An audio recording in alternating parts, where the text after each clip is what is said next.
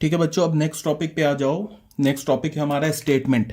अब स्टेटमेंट किसे बोलते हैं? स्टेटमेंट को सबसे पहले हम लोग डिफाइन कर लेते हैं।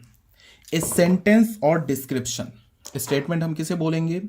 स्टेटमेंट को हम सबसे पहले डिफाइन करते हैं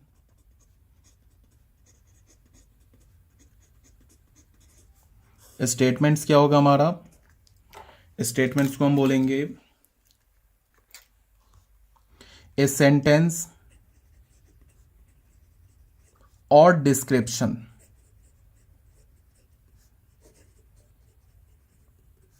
which can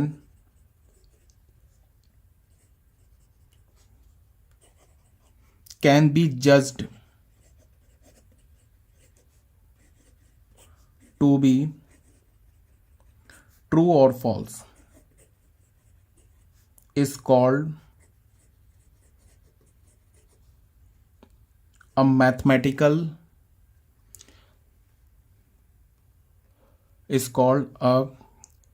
नहीं, सॉरी, स्टेटमेंट। देखो स्टेटमेंट का क्या मतलब होता है? एक ऐसा सेंटेंस, ठीक है, जिसको हम जज कर पाए कि या तो ये ट्रू है या तो फॉल्स है। अगर कोई एम्बिग्यूअस स्टेटमेंट हो ना, जैसे मैं कुछ बोल दूं, सपोज दैट मैंने बोला कि Ram is a good boy. अब मैंने राम को बोल दिया गुड बॉय, तो Ram is a good boy is not a statement. Ram is a good boy is a sentence. ये सेंटेंस है बट स्टेटमेंट नहीं है। क्यों नहीं स्टेटमेंट है? बिकॉज राम गुड बॉय है, ये एक एम्बिग्यूअस सेंटेंस है। क्यों? बिकॉज हो सकता है कि किसी के पॉइंट ऑफ व्यू से राम जो है गुड हो, किसी के पॉइंट ऑफ व्यू से राम हो मतलब बैड हो। मतलब क्या कि कोई राम को अच्छा लड़का मानता हो, कोई राम को बुरा मानता हो। तो it is an ambiguous statement या एम्बिग्यूअस सेंटेंस। तो अगर कोई सेंटेंस एम्बिग्यूअस हो जाएगा तो उसे हम स्टेटमेंट नहीं बोलेंगे। स्टेटमेंट बोलेंगे कब? जब वो या तो ट्रू हो, बिल्कुल क्लियर हो, या तो सही हो, या तो गलत हो। जैसे मैंने क्या बोला कि two is an odd number. Two हमारा क्या है? एक ऑड नंबर है। तो टू अगर ऑड नंबर है तो ये एक स्टेटमेंट है। ठीक है, हमें पता है कि ये हमारा फॉल्स स्टेटमेंट है बट है स्टेटमेंट। क्यों? बिकॉज हमने इसे जज कर लिया ना, हमने बोल दिया ना कि टू हमारा ऑड नंबर नहीं है, तो ये जज हो गया, so it is a statement. ठीक है, मैंने जैसे बोला कि Delhi is the capital of India. Delhi जो है वो इंडिया का कैपिटल है। तो हमने क्या बोला? ऑब्वियस सी बात है, हम सबको पता है कि इंडिया का कैपिटल क्या है? दिल्ली है। तो ये एक ट्रू सेंटेंस है। तो ट्रू सेंटेंस है, इसको हमने जज कर लिया कि इट इज ट्रू। तो ये क्या हो गया हमारा? एक स्टेटमेंट हो गया। ठीक है, तो इसमें फॉर एग्जाम्पल कुछ एग्जाम्पल देख लेते हैं। जैसे मैंने क्या बोला? 4 डिवाइड्स 6। ये हमारा क्या हो गया? 4 डिवाइड 6। 4 जो है वो 6 को डिवाइड करेगा। हमें पता है कि नहीं करेगा डिवाइड। 4 को अगर तुम 6 को अगर तुम 4 से डिवाइड करोगे तो क्या हो जाएगा? 3/2। डिविजिबल नहीं है। बट ये तो हमने जज कर लिया ना कि ये फॉल्स है, तो जज कर लिया, कोई एम्बिग्यूटी नहीं है, so it is a statement. ये क्या हमारा एक स्टेटमेंट है। सेकेंड में जैसे मैंने क्या बोला? मैंने बोला Delhi is the capital of India. Delhi जो है वो इंडिया का कैपिटल है, कैपिटल ऑफ इंडिया। तो इसको भी हमने जज कर लिया, it is a true sentence. अगर ये ट्रू सेंटेंस है so it is a statement. Third में हमने क्या बोला? थर्ड में हमने बोला कि x+1 is the factor of x² - 3x+2। क्या करोगे इसको तुम? ये करके स्प्लिटिंग द मिडिल टर्म करके देख लो क्या होगा हमारे पास। x+1 देख लो, इसको स्प्लिटिंग द मिडिल टर्म करके x² - 3x+2 को क्या लिख लोगे? x² - 2x - x+2। तो ये क्या हो जाएगा? x यहाँ से कॉमन लिया तो x - 2, फिर यहाँ से लिया माइनस कॉमन तो क्या हो जाएगा? x - 2। तो क्या हो जाएगा? x - 1 x - 2। तो दिख गया ना, x - 1 इज द फैक्टर। हमें क्या दिख गया कि x - 1 फैक्टर है। तो it is a true, it is true. ये जो लिखा हुआ है सेंटेंस ये हमारा ट्रू है। तो ट्रू है, इसको जज कर लिया, इसमें कोई एम्बिग्यूटी नहीं है। इसका मतलब क्या है कि x+1 is the factor of x² - 3x+2 is a sentence. ये हमारा क्या है? एक सेंटेंस है। फिफ्थ में आते हैं, फिफ्थ पेज नंबर पे। ठीक है, ऐसे करके तुमको अभी स्टेटमेंट में मैंने क्या बोला कि sentence which is judged either true और false is called a statement. ठीक है, अब इसको हमने स्टेटमेंट बोल दिया। अब जो हमारा नेक्स्ट टॉपिक है मैथमेटिकल स्टेटमेंट, जिसको हम क्या बोलेंगे, मैथमेटिकल स्टेटमेंट। तो अब ये ऑब्वियस ही बात है कि जो स्टेटमेंट में मैथमेटिक्स इन्वॉल्व हो, मैथमेटिकल स्टेटमेंट, मैथमेटिक्स इन्वॉल्व हो या मैथमेटिक्स के रिलेशंस इन्वॉल्व हो, उसे हम क्या बोलेंगे, मैथमेटिकल स्टेटमेंट। ठीक है, तो इसको देख लो, ये हमारा क्या होगा, इसको हम लोग बोलेंगे statements involving mathematical relations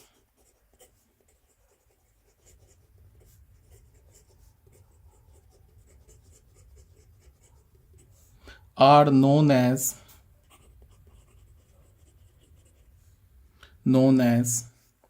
mathematical statement।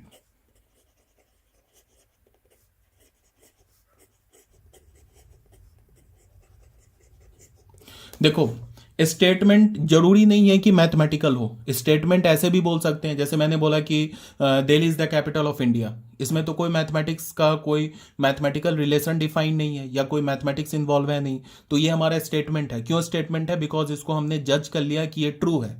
ठीक है, अगर मैंने बोला कि मैंने बोला कि सपोज दैट मैंने बोला कि Mumbai is the capital of India, तो ये हम भी हमारा एक स्टेटमेंट है, हमें पता है कि मुंबई कैपिटल इंडिया का कैपिटल नहीं है, ये फॉल्स स्टेटमेंट है।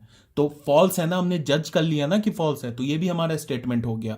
अब अगर किसी स्टेटमेंट में अगर मैथमेटिक्स के रिलेशंस इन्वॉल्व हो तो उसे हम क्या बोलेंगे, मैथमेटिकल स्टेटमेंट्स। तो कुछ एग्जांपल देख लेते हैं।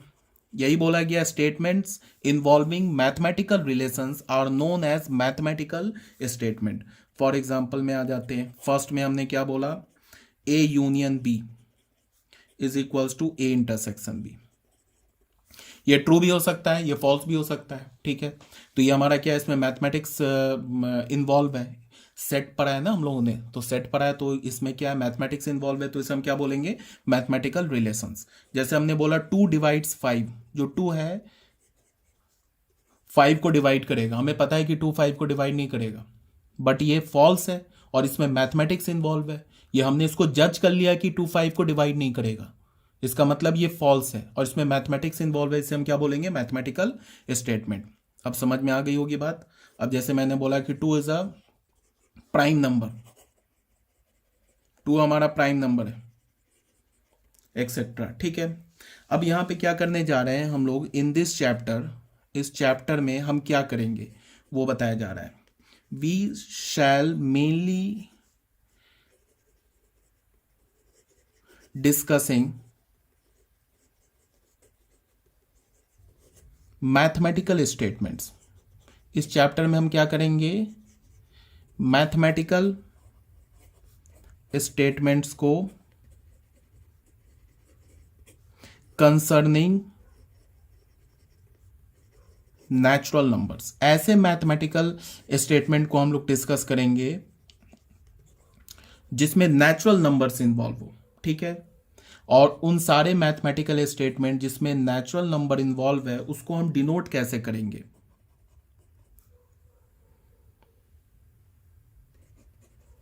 ऐसे डिनोट करेंगे,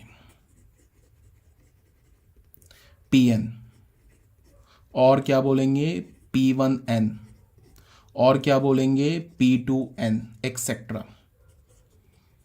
मतलब क्या है कि इस चैप्टर में हम लोग क्या करने जा रहे हैं, अभी तक जैसे बहुत कुछ क्लियर नहीं होगा तुम लोगों का, अभी तुम्हें लग रहा होगा कि ये सब क्या बता रहे हैं, मैथमेटिकल स्टेटमेंट क्या हो गया, फिर मैंने मोटिवेशन बताया, फिर मैंने तुम लोगों को बताया कि डिडक्टिव रीजनिंग क्या होता है, इंडक्टिव रीजनिंग क्या होता है, मैथमेटिकल स्टेटमेंट क्या होता है, स्टेटमेंट क्या होता है।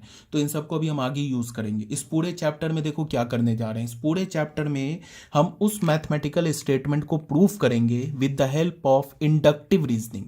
किस रीजनिंग से प्रूफ करेंगे, डिडक्टिव रीजनिंग से नहीं, इंडक्टिव रीजनिंग से उस मैथमेटिकल स्टेटमेंट को प्रूफ करेंगे जिस मैथमेटिकल स्टेटमेंट में नेचुरल नंबर्स इन्वॉल्व होगा। ठीक है, जैसा भी मैंने क्या किया, एक मैंने अभी बताया था sum of first N odd natural number, तो उसमें हमारा फॉर्मूला क्या बना था, 1 + 2 + 3 + n is equals to n × n + 1/2। ये हमारे पास जो फॉर्मूला बना था इसमें क्या इन्वॉल्व था, इसमें नेचुरल नंबर इन्वॉल्व था। अब इन सारे इस टाइप के फॉर्मूला को हम प्रूफ करेंगे किसके हेल्प से, इंडक्टिव रीजनिंग के हेल्प से इस चैप्टर में हम प्रूफ करेंगे।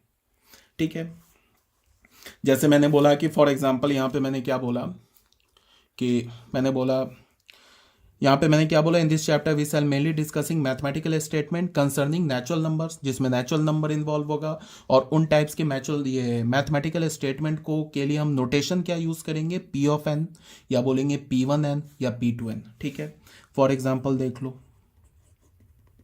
जैसे हमने ऐसे बोला P लिखा n लिखा, P ऑफ n लिखने का क्या मतलब है कि अब ये एक मैं मैथमेटिकल स्टेटमेंट लिखूंगा जिसमें नेचुरल नंबर इन्वॉल्व होगा। तो P ऑफ n उसके बाद लिखा है ऐसे करके 2 डॉट। P ऑफ n का मतलब ये क्या रिप्रेजेंट कर रहा है, एक स्टेटमेंट, एक मैथमेटिकल स्टेटमेंट को रिप्रेजेंट कर रहा है विच इन्वॉल्व नेचुरल नंबर। ये 2 डॉट को हम क्या बोलते हैं, सच डैट, या फिर हम इसे ऐसे बोलते हैं कि इस सच डैट के बाद अब मैं आगे यहाँ पे वो मैथमेटिकल स्टेटमेंट लिखूंगा। तो मैंने मैथमेटिकल स्टेटमेंट क्या लिखा, 10n+3 इज प्राइम। 10n+3 क्या हमारा प्राइम है। अब जैसे ये देखो Pn क्या रिप्रेजेंट कर रहा है कि ये जो मैंने मैथमेटिकल स्टेटमेंट लिखा, ये लिखा ना 10n+3, ये हमारा प्राइम है। ये मैंने मैथमेटिकल स्टेटमेंट लिखा, इसमें नेचुरल नंबर इन्वॉल्व है। ठीक है, अब जैसे P ऑफ 1 मैंने लिखा, तो P1 लिखने का मतलब क्या, n की जगह 1 डाल दो। तो हमने क्या डाला, 10 × 1+3 क्या हो गया, हमें 13 मिल गया, विच इज प्राइम, जो हमारा क्या है, प्राइम है। इसका क्या मतलब हो गया कि P1 इज ट्रू। ठीक है, उसके बाद मैंने P2 निकाला, P2 हमें क्या मिलेगा, 10 × 2+3 क्या हो जाएगा, 23। Again we know that 23 is also prime, which is prime. ये तो हमने लिखा था नेचुरल नंबर में एक स्टेटमेंट लिखा। अब मैं n के पर्टिकुलर वैल्यू के क्रॉसपॉन्डिंग ये स्टेटमेंट की वैलिडिटी या स्टेटमेंट को चेक कर रहा हूं कि ये ट्रू है या फॉल्स है। तो ये ट्रू स्टेटमेंट है। ठीक है, 2 डाल लो, 3 डाल लो, सबके लिए ट्रू हो जाएगा। अब एक क्वेश्चन कर लेते हैं। ठीक है, छोटे छोटे 1-2 क्वेश्चन कर लेते हैं। क्वेश्चन के बाद फिर हम लोग क्या करेंगे, फिर फॉर्मल हम लोग जो मैथमेटिकल इंडक्शन है उससे रिगार्डिंग फॉर्मल क्वेश्चन करेंगे। अभी 1-2 क्वेश्चन कर लेते हैं। ठीक है बच्चों, यहाँ पे क्या है, क्वेश्चन नंबर 1 में देखो क्या है, इसमें क्या बोला है, if Pn is the statement. हमारे पास क्या है, एक Pn स्टेटमेंट है। Pn स्टेटमेंट क्या बोल रहा है, जैसे Pn बोला, इसका मतलब जो मैं स्टेटमेंट लिखूंगा उसमें क्या इन्वॉल्व होगा, नेचुरल नंबर। अब देखो मैंने एक मैथमेटिकल स्टेटमेंट लिखा, क्या लिखा, n × n+1 × n+2, n × n+1 × n+2 is divisible by 12। अब n हमारा क्या, natural number. Prove that the statement P3 and P4 are true but P5 is not true. अच्छा, P3 क्या है, P3 का मतलब कि ये जो मैथमेटिकल स्टेटमेंट है ना, n × n+1 × n+2, इसमें n का वैल्यू 3 डाल दो। उसके बाद चेक करो कि जो वैल्यू आ रहा है वो क्या 12 से डिविजिबल है। अगर n का वैल्यू यहाँ पे हमने 3 डाला और जो वैल्यू मिला अगर वो 12 से डिविजिबल है तो फिर P3 क्या हो जाएगा, करेक्ट हो जाएगा। अगर मान लो कि हमने क्या किया, यहाँ पे n का वैल्यू 3 डाला और उसको सॉल्व किया, तो मान लो हमें मिल गया 25, तो 25 तो 12 से डिविजिबल नहीं है, तो फिर P3 क्या हो जाएगा, फॉल्स हो जाएगा। ठीक है, तो इसी बात को हम लोग करते हैं यहाँ पे। तो इसका सॉल्यूशन करते हैं, पेज नंबर 6। हमारे पास जो सबसे पहले जो हमारा मैथमेटिकल स्टेटमेंट है उसको हम क्या करेंगे, पहले मैथमेटिकल स्टेटमेंट को लिख लेंगे। मैथमेटिकल स्टेटमेंट क्या, Pn, ये क्या हमारे पास n × n+1 × n+2 is divisible by 12। P of n क्यों लिखा, बिकॉज जो मैथमेटिकल, ये हमारा देखो मैथमेटिकल स्टेटमेंट है, इस मैथमेटिकल स्टेटमेंट में नेचुरल नंबर इन्वॉल्व है, इसीलिए मैंने इसे क्या लिख दिया, P ऑफ n। ठीक है, अब क्या है कि इसमें बोल रहा है कि prove that P3 and P4 are true but P5 is not true. तो P3 क्या होगा, P3 में कुछ नहीं है, n की जगह 3 डाल दो। तो हमने डाला 3+1 इंटू क्या बोला 3+2, तो क्या हो गया ये 3 × 4 × 5 which is equals to 60 which is divisible by 12। ये क्या हमारा, विच इज डिविजिबल बाई 12। 60 है ना 12 से डिविजिबल, ठीक है, जैसे तो यहां से हमें क्या पता चला clearly, P3 is true, P3 हमारा क्या हो गया, ट्रू हो गया। अब हम लोग आते हैं P4, P4 क्या हमारा, 4 डालते हैं, 4 इंटू 4 प्लस 1 इंटू 4 प्लस 2, ये क्या हो जाएगा, 4 into 5 into 6 120, which is divisible by 12, 120 भी डिविजिबल है, डिविजिबल बाई 12। तो यहां से हमें क्या पता चला कि P4 इज ऑल्सो ट्रू, ये भी ट्रू है। अब P5 चेक करते हैं, P5 क्या होगा, n की जगह 5 डालेंगे तो क्या होगा, 5 इंटू 5 प्लस 1 इंटू 5 प्लस 2, यह हमें क्या मिलेगा, 5 इंटू 6 इंटू 7, 5 इंटू 6 इंटू 7 30 और 30 210, क्या हो जाएगा, is divisible by 12, is not divisible by 12। ठीक है, तो यहां पे क्या हो गया, this implies that P5 is not correct, P5 हमारा क्या है, करेक्ट नहीं है। ठीक है, क्लियर हो गया, ये हमारा था क्वेश्चन नंबर 1। अब बच्चों आ जाते हैं क्वेश्चन नंबर 2 में। क्वेश्चन नंबर 2, अच्छा बच्चों इसमें क्या है कि जो भी मैं क्वेश्चन करा रहा हूं ना, ये एनसीईआरटी का क्वेश्चन नहीं है। ठीक है, जब भी मैं एनसीईआरटी का क्वेश्चन स्टार्ट करूंगा, पहली बात ये, अगर मैंने एनसीईआरटी का क्वेश्चन स्टार्ट कर दिया तो फिर मैं उसके बीच में कोई भी क्वेश्चन ये एक्स्ट्रा नहीं कराऊंगा। ठीक है, यहाँ पे इस जो हमारा जो अभी जो हमारा सिलेबस है, या फिर बोलो कि इस वीडियो लेक्चर का अभी मेन मोटो क्या है कि तुम्हारे एनसीईआरटी के क्वेश्चन को सॉल्व कराना। ठीक है, मैंने क्या बोला कि एनसीईआरटी के एक एक क्वेश्चन कराऊंगा 1 बाय 1, चाहे वो सेम टाइप के हो, डिफरेंट टाइप के हो, examples, exercise A to Z question कराऊंगा। ठीक है, तो अभी उसके लिए क्या है, थ्योरी को समझने के लिए 2-4 क्वेश्चन मैं एक्स्ट्रा लूंगा जो आउट ऑफ एनसीईआरटी होगा। जैसे अभी मैंने क्या कर रहा हूँ, ये जो क्वेश्चन ये एनसीईआरटी का नहीं है। ठीक है, और एनसीईआरटी के क्वेश्चन में मैंने क्या बोला, एक तो मैं टैगिंग कर दूंगा, लिख दूंगा एनसीईआरटी, पहली बात। दूसरी बात कि अगर मैंने एनसीईआरटी स्टार्ट कर दी तो फिर उसके बाद क्या होगा कि बीच में कोई भी एक्स्ट्रा क्वेश्चन नहीं कराऊंगा। ठीक है, अगर मान लो कि मैंने एनसीईआरटी का एक्सरसाइज 3.1 स्टार्ट कर दिया तो 3.1 के बीच में किसी भी बुक का ये कोई एक्स्ट्रा क्वेश्चन नहीं कराऊंगा, पहले 3.1 कंप्लीट हो जाएगा, फिर मान लो कि 3.2 के लिए फिर हमें कुछ थ्योरी करना होगा, तो थ्योरी के बीच में मैं 1-2 क्वेश्चन एक्स्ट्रा ले सकता हूँ जो एनसीईआरटी से नहीं होगा। ठीक है, बट एक बार स्टार्ट करने के बाद एक्स्ट्रा क्वेश्चन नहीं होगा। तो अभी जो चल रहा है हमारा, ये क्वेश्चन एनसीईआरटी का नहीं है, ये एनसीईआरटी से बाहर किसी दूसरे बुक का है। ठीक है, अब आ जाते हैं क्वेश्चन में। क्वेश्चन में क्या बोल रहा है कि if P of n be the statement, P of n बोलते ही हमें क्या पता चला कि एक हमारे पास स्टेटमेंट होगा जिसमें नेचुरल नंबर इन्वॉल्व होगा। स्टेटमेंट क्या है, 7 divides 2 to the power 3n minus 1। 7 जो है ना वो 2 to the power 3n minus 1 को डिवाइड कर रहा है। तो क्या बोल रहा है, what is P of n plus 1। बहुत सिंपल सा क्वेश्चन है।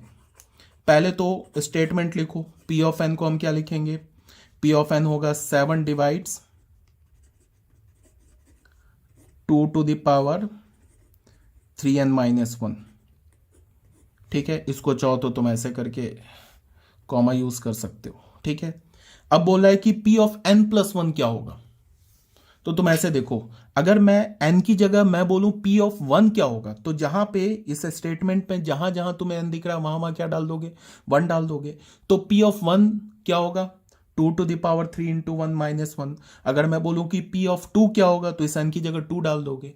अब मैं बोल रहा हूं कि P ऑफ n प्लस 1 क्या होगा, तो देखो बहुत बच्चे क्या गलती करेंगे, वो लिखेंगे 7 डिवाइड्स, ऐसे लिखेंगे वो 2 to the power 3n, ऐसे वो लिखेंगे 3n प्लस 1 और माइनस 1 कर देंगे। बस यहीं पे गलती हो गई, n की जगह हमें n प्लस 1 रखना है। ये जो लिखा हुआ है क्या लिखा हुआ है, ये लिखा है 3n प्लस 1 लिखा है, इसको हमें ब्रैकेट में डालना होगा। समझ में आ रही है बात, यहां पे हमें क्या लिखना होगा, 2 to the power 3 into n plus 1, इस n की जगह n प्लस 1 डालेंगे ना। हाँ, अब इसको तुम सॉल्व कर सकते हो, इसको तुम ऐसे बोल सकते हो 7 डिवाइड्स, ये क्या हो जाएगा 2 to the power 3n plus 3 minus 1। Further इसको सॉल्व कर सकते हो 7 डिवाइड्स 2 इसको ऐसे लिख सकते हो ना, 2 एन इंटू 2 - 3 पता है ना कि हमें बेस अगर सेम होता है तो पावर ऐड हो जाते हैं, तो क्या हो जाएगा ये 7 डिवाइड्स 2 का वैल्यू क्या होगा 8, तो क्या होगा 8 इंटू 2 - 3n - 1। ये तो मैं बस ऐसे फॉर्म चेंज करके दिखा रहा हूँ, हमारा क्वेश्चन तो यहीं पे कंप्लीट हो गया। जैसे ही हमने ना n की जगह n+1 डाला, यहीं पे हमारा क्वेश्चन क्या हो गया, कंप्लीट हो गया। ये था हमारा बच्चों क्वेश्चन नंबर 2। अब बच्चों आ जाते हैं क्वेश्चन नंबर 3 में। क्वेश्चन नंबर 3 क्या है वो देखते हैं। देखो बच्चों क्वेश्चन नंबर 3 क्या है, if p of n is the statement, p of n हमने क्या स्टेटमेंट लिया, 2 - 3n - 1 is an integral multiple of 7। ये क्या है 2 - 3n - 1, n का कोई भी वैल्यू डाल दो, ये क्या है 7 का इंटीग्रल मल्टीपल है। इंटीग्रल मल्टीपल समझते हो किसे बोलते हैं? अगर मैंने ऐसे बोला ना तुम्हें, जैसे सपोज दैट मैंने ऐसे बोला 7 का मल्टीपल, इंटीग्रल मल्टीपल बोलने का मतलब कि 7 इंटू एन टाइप का, where n belongs to z। n हमारा इंटीजर है। जैसे अगर मैंने बोलूँ 7 इंटू 1, तो ये जो 7 है ये 7 का इंटीग्रल मल्टीपल है। अगर मैंने बोलूँ 7 इंटू -2, क्या हो गया ये -14, ये भी 7 का इंटीग्रल मल्टीपल है। 7 इंटू 3 बोलूँ तो 21, ये भी 7 का इंटीग्रल मल्टीपल है। तो 7 का अगर मैं इंटीग्रल मल्टीपल बोलूँ तो 7n हो जाएगा, वेर n क्या हो जाएगा हमारा, इंटीजर हो जाएगा। ठीक है, अगर मैं बोलूं 7 का मल्टीपल, तो 7 तो किसी नंबर के साथ मल्टीप्लाई हो सकता है, 7 तो 1/2 के साथ भी मल्टीप्लाई हो सकता है। तो इसे हम क्या बोलेंगे, इसे हम इंटीग्रल मल्टीपल थोड़े बोलेंगे। 7 के साथ जो नंबर मल्टीप्लाई है ये तो इंटीजर है नहीं, तो इसे हम क्या बोलेंगे, नॉन इंटीग्रल मल्टीपल। बट अगर मैं बोलूँ 7 इंटू 5, तो ये जो 35 है, 35 is the integral multiple of 7। ठीक है, तो इंटीग्रल मल्टीपल ऑफ 7 किस फॉर्मेट का होगा, 7 इंटू एन टाइप का होगा, वेयर यहां पे हम क्या बोलेंगे, n बिलोंग्स टू इंटीजर। ठीक है, ये बात क्लियर है। अब इसमें क्या है, क्या बोल रहा है, क्वेश्चन को समझो। सबसे पहले होता है क्या इंपॉर्टेंट कि क्वेश्चन को 2 से 3 बार रीड करो, बहुत इंपॉर्टेंट होता है। मैंने क्या देखा है अपने 10 साल के टीचिंग एक्सपीरियंस में, मैंने ये देखा है कि बच्चे जो करते क्या है कि बच्चों को, बहुत ऐसे बच्चे होते हैं ना जिन्हें कंसेप्ट पता होता है क्वेश्चन का, बट उन्हें क्वेश्चन ही नहीं समझ में आ रहा होता है कि क्वेश्चन क्या पूछ रहा है। या ये तो मतलब इस टाइप के जो बच्चे होते हैं कम मिलते हैं, बट मैक्सिमम बच्चे क्या होते हैं जिन्हें कंसेप्ट नहीं पता होता, फिर क्वेश्चन भी नहीं पता होता, क्वेश्चन में भी उन्हें समझ में नहीं आ रहा होता है कि क्वेश्चन में क्या पूछ रहे हैं, और क्वेश्चन से रिलेटेड जो कंसेप्ट है, मैथमेटिकल कंसेप्ट, वो भी नहीं पता होता है, तो वो क्वेश्चन से कभी नहीं सॉल्व होगा। बहुत बच्चे मैंने ऐसे देखे हैं कि जिन्हें कंसेप्ट पता होता है। बहुत बच्चे ऐसे आते हैं मेरे पास कि सर ये क्वेश्चन बता दो। पहले मैं बोलता हूं कि ठीक है मैं बता देता हूं क्वेश्चन, पहले तुम ये बताओ कि क्वेश्चन को रीड करके तुम मुझे क्वेश्चन का मीनिंग समझाओ। मैं क्वेश्चन नहीं पूछता हूं उससे कि क्वेश्चन सॉल्व कैसे होगा, ये नहीं पूछता हूं। मैं पूछता हूं कि क्वेश्चन में पूछ क्या रहा है वो हिंदी में समझा दो मुझे। ठीक है, तो वो पहले एक बार पढ़ता है, फिर 2 बार पढ़ेगा, 2 से 3 बार पढ़ेगा, फिर वो क्वेश्चन करेक्ट बता देगा। सर ये गिवन है, ये हमसे पूछ रहा है, या ये बोल रहा है कि ये प्रूफ करो, या बोल रहा है इसका वैल्यू निकालो। अब मैं उस क्वेश्चन से रिलेटेड थ्योरी पूछता हूँ। तो बहुत ऐसे बच्चे होते हैं जिन्हें उस क्वेश्चन से रिलेटेड थ्योरी पता होता है। तो जब अगर तुम्हें किसी क्वेश्चन का मीनिंग पता चल गया कि क्वेश्चन में हमसे क्या पूछ रहा है, और उससे रिलेटेड थ्योरी तुम्हें पता चल गई, फिर क्या बचा, कुछ बचा ही नहीं, क्वेश्चन सॉल्व हो जाएगा। ठीक है ना। तो क्वेश्चन को करेक्ट क्या किया जाता है कि क्वेश्चन को 2 से 3 बार पढ़ो। स्टार्टिंग 11th क्लास के बच्चों के लिए बहुत इंपॉर्टेंट है कि क्वेश्चन को 2 से 3 बार पढ़ो, एक बात। और दूसरा मैं तुम्हें एक सेक्रेट बताता हूँ, काफ़ी इंपॉर्टेंट है, याद रखना। अभी 5 मिनट का टाइम लेके एक सेक्रेट बता रहा हूँ, बहुत इंपॉर्टेंट है। जैसे क्या है कि देखो 10th क्लास से 11th क्लास में हम आते हैं ना, तो उसमें क्या होता है कि मतलब कि जो हमारा जो ये है ना सिलेबस, या फिर तुम बोलो कि जो डिफ़िकल्टी लेवल है ना, वो अचानक से बहुत बढ़ जाती है। 10th में क्या होता है, टीचर्स क्या होते हैं, बच्चों को क्या बोलते हैं, बहुत सारे जैसे 10th में होता ही क्या है, 10th पूरा 10th का एक बुक और 11th का एक चैप्टर बराबर है। ठीक है, 10th में क्या होगा कि 2-4 थ्योरम्स उन्हें पता होता है, टीचर्स को यही थ्योरम्स पूछते हैं एग्जाम में 10th बोर्ड में, तो वो थ्योरम्स रटा देते हैं बच्चों को, वो बच्चे थ्योरम्स रट जाते हैं। मैथ्स में 99% ले आते हैं, उनसे अगर ये पूछो कि पाई का वैल्यू क्या होता है, पाई हमारा रैशनल नंबर है या इरेशनल नंबर है, या फिर तुम्हें कोई डेसिमल एक्सप्रेशन देके या डेसिमल नंबर देके उससे पूछो कि ये डेसिमल नंबर बताओ रैशनल है या इरेशनल है, उन्हें नहीं पता होता है। बट उनके मैथ्स में 90, 95, 99 होते, इवन 100 भी देखा मैंने, बट उन्हें पता नहीं होता उसके पीछे का क्या होता है। वो 10 तो रट्टा मार के पास कर गए, बट 11th में नहीं चलता है। ठीक है, सीक्रेट क्या बता रहा हूँ, मेरे अपने 10 ईयर्स के टीचिंग एक्सपीरियंस में मैंने ये ऑब्जर्व किया है कि देखो होता क्या है कि किसी चीज़ को ना स्टार्ट में पुशअप करने में, ठीक है ना, किसी चीज़ को थोड़ा मतलब ज़्यादा हमें एनर्जी लगानी पड़ती है। ठीक है, तो एनर्जी ज़्यादा लगानी पड़ती है तो कुछ बच्चे उसी में डर जाते हैं। कुछ बच्चे क्या होते हैं कि स्टार्टिंग में मेहनत करते हैं, फिर वो धीरे धीरे ट्रैक पर आ जाते हैं। देखते नहीं हो, एक ट्रेन जो होती है, ट्रेन चलती है तो ऐसा तो नहीं कि स्टार्ट हुई ट्रेन और 120 की स्पीड पकड़ ली, पहले वो धीरे धीरे रेंगती है ट्रैक पर, रेंगते रेंगते फिर वो 30-40, फिर 2-4-5 मिनट में वो 70-80-100 की स्पीड पे आती है। तो स्टार्टिंग में क्या होता है कि थोड़ा सा मैथमेटिकल का जो एब्जॉर्प्शन है ना माइंड में, वो थोड़ा स्लो है। तो पहली बात कि डरना नहीं है, सीखते जाओ सीखते जाओ, जो चीज़ तुम्हें आज टफ लग रहा है वो आसान हो जाएगा, पहली बात। दूसरी बात, मैं सबसे इंपॉर्टेंट क्या बताना चाह रहा हूँ कि अगर तुम मैथमेटिकल अपना रीजनिंग सही करना चाहते हो या फिर तुम चाहते हो कि क्वेश्चन मुझसे सॉल्व हो, तो मैं तुम्हें एक सीक्रेट बता रहा हूँ जो मेरा अपना एक्सपीरियंस है कि तुम करो क्या कि तुम इसको ऐसे देखो, तुम क्या करो कि एनसीईआरटी की बुक खोल लो। जैसे कि मैंने इंडक्शन बताया ना, इस क्वेश्चन मान लो कि ये एनसीईआरटी का क्वेश्चन होता है, सपोज दैट एनसीईआरटी का क्वेश्चन होता है। जैसे मैं ना एनसीईआरटी की बुक ले लेता हूँ और तुम्हें दिखा रहा हूँ, मैं एनसीईआरटी का एक बुक ले लेता हूँ। जैसे ये देखो एनसीईआरटी की बुक है। मान लो कि करो क्या तुम कि ये बहुत इंपॉर्टेंट है जो बता रहा हूँ अभी। इसमें क्या है कि तुम ये एग्जाम्पल 4, तुम्हें मैंने principle of mathematical induction complete करा दिया, पूरी थ्योरी करा दी, एक एक क्वेश्चन करा दिए। ठीक है, तुमने सॉल्व भी कर लिया, सब कुछ कर लिया। अब तुम क्या करो कि एग्जाम्पल 4 और एग्जाम्पल 5, इस दो एग्जाम्पल को रीड करो अपने मतलब कैपेबिलिटी के। अगर तुम्हें ज़्यादा समझ में आता है या तुम ज़्यादा याद रख सकते हो तो तुम 3 एग्जाम्पल रीड करो, एग्जाम्पल 3 भी रीड करो। सिर्फ रीड करना है, लिखना कुछ भी नहीं है, सिर्फ पढ़ो। पढ़ो ध्यान से, एक एक लाइन को पढ़ो और ध्यान से ये लाइन पढ़ा, ये लाइन पढ़ा, फिर इस लाइन को पढ़ने के बाद सोचा कि ये क्या लिखा है, ये क्या लिखा है, इसका क्या मतलब। एक एक लाइन को पढ़ के हमने इसका मीनिंग समझा।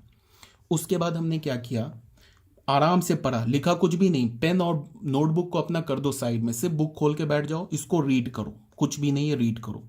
फिर एग्जाम्पल 5 को रीड करो, ठीक है, एग्जाम्पल 3 को रीड करो। 3 एग्जाम्पल रीड कर लिया, एग्जाम्पल 2 को भी रीड कर लो, 4 एग्जाम्पल रीड कर लिया हमने। अब 4 एग्जाम्पल रीड करने के बाद तुम क्या करो, खूब अच्छे से रीड करो, एकदम समझो। उसके बाद क्या करो, ये बुक को लो, बंद कर दो। उसके बाद जाओ, तुम्हें फिजिक्स पढ़ना है तो फिजिक्स पढ़ो, केमिस्ट्री पढ़ना है तो केमिस्ट्री पढ़ो, कोई भी बुक तुम्हें पढ़ना है पढ़ो। ठीक है, आधे 1 घंटे 2 घंटे बाद आओ, फिर से आओ, इस एग्जाम्पल को खोला, एग्जाम्पल नंबर 4, इसको कवर किया, इसके सॉल्यूशन को। अब सॉल्यूशन नहीं देखना है, अब जो भी काम करना है अपने दिमाग से, इसके सॉल्यूशन को कवर किया, अब सॉल्व किया सिर्फ इस क्वेश्चन को रीड करके। अगर तुम इसको करोगे, ट्राई करोगे, तो विश्वास करो कि तुम्हारी जो मैथमेटिकल जो एबिलिटी है या मैथमेटिकल थिंकिंग है काफ़ी बढ़ जाएगी। अगर ये तुम फॉर्मूला अप्लाई करोगे तो ये मेरा जांचा परखा फॉर्मूला है, अगर तुम इसको अप्लाई करोगे तो तुम्हारी जो मैथमेटिकल एबिलिटी काफ़ी इंक्रीज हो जाएगी। ठीक है, अब देखो ये क्या है, मैं क्या बोल रहा हूँ कि मैं बोलता हूँ कि सॉल्यूशन पहले रीड करो। तुम बोलोगे कि आप बोलते हो सॉल्यूशन रीड करो, बाकी सर बोलते हैं कि सॉल्यूशन नहीं देखना है। जब मैं 10th में था तो 10th के मेरे टीचर बोलते थे कि सॉल्यूशन नहीं देखना है, क्वेश्चन को डायरेक्ट सॉल्व करो। तो 10th के टीचर भी अपनी जगह पे सही थे, और मैं जो बोल रहा हूँ मैं भी सही हूँ, बिकॉज 10th और 11th का कोई कंपैरिजन नहीं है। 9th और 10th को कंपेयर कर सकते हो, इवन 8th और 9th को कंपेयर कर सकते हो, बट 10th और 11th में बिल्कुल अलग ही गेम चल रहा होता है। 11th की मैथमेटिक्स में कोई रट्टाफिकेशन काम नहीं आएगा, कितना रट जाओगे यार। 10th में तो 4 थ्योरम है, 4 क्वेश्चन है, रट गए, पास कर गए। बट यहाँ कोई रट्टाफिकेशन नहीं चलता है। यहाँ पे क्या है कि मैं बोलता हूँ कि जो तुम्हारे लिए नया क्वेश्चन है ना, उसका तुम सॉल्यूशन देखो, पहले सॉल्यूशन रीड करो, बंद करो सॉल्यूशन को, उसके बाद कोई दूसरा सब्जेक्ट पढ़ो, कुछ भी करो, या फिर तुम्हें और कोई काम करना और कोई काम करो। 1 घंटे के बाद अब सॉल्यूशन को हाइड करके अब क्वेश्चन सॉल्व करो। ऐसे करोगे ना 1-2 महीने, तो तुम देखना तुम्हारा मैथमेटिक्स की जो तुम्हारी मतलब कितनी अच्छी हो जाएगी तुम्हारी मैथमेटिक्स, फ्लुएंसी आ जाएगी, तुम सब्जेक्ट सीखने लगोगे, ठीक है। और तुम्हें ये भी पता चल जाएगा, मान लो कि तुमने एग्जाम्पल 3 देखा खूब अच्छे से, तुम्हें लगा कि अब मैं इसे सॉल्व कर लूंगा। अब जब सॉल्व करने गए तो तुमसे नहीं हुआ सॉल्व, तो फिर जब तुमसे सॉल्व नहीं होगा उस दौरान तुम अपने माइंड पे प्रेशर लगाओगे, फिर तरह तरह के तुम्हारे लॉजिक्स आएंगे दिमाग में कि अच्छा ऐसे भी कर सकते हैं, अच्छा ऐसे भी कर सकते हैं। तो वो क्या होता है, उससे हमारी एबिलिटी बढ़ती है। जैसे कुछ टीचर बोलते हैं ना, या फिर कुछ स्टूडेंट ऐसे सोचते हैं कि हमने किसी क्वेश्चन को काफ़ी ट्राई किया, 1 घंटे से ट्राई कर रहे हैं, ट्राई किया और उसके बाद क्या हुआ, वो क्वेश्चन हमसे सॉल्व नहीं हुआ, तो अरे 1 घंटा हमारा वेस्ट हो गया। नहीं नहीं, 1 घंटा वेस्ट नहीं हुआ बच्चों, 1 घंटा नहीं वेस्ट हुआ, वो 1 घंटा तुम्हारा इन्वेस्ट हुआ, वेस्ट नहीं हुआ। आ रही है बात समझ में? किसी चीज में तुम एनर्जी लगाते हो ना तो उसका उल्टा रिएक्शन मिलता है। तुमने 1 घंटा अगर किसी क्वेश्चन पे सोचा है तो वो क्वेश्चन भले ही नहीं सॉल्व हुआ, बट वो जो 1 घंटे की तुम्हारी जो मेहनत है ना, वो अगले क्वेश्चन में रंग लाएगा। उस अगले क्वेश्चन को हो सके तुम्हारा ये 1 घंटा किसी क्वेश्चन में जिसमें 20 मिनट लगने को था, उसको तुम 5 ही मिनट में सॉल्व कर दो, ठीक है। आई होप ज़्यादा बोल दिया मैंने। अब आ जाते हैं अपने क्वेश्चन पे। Question number 3।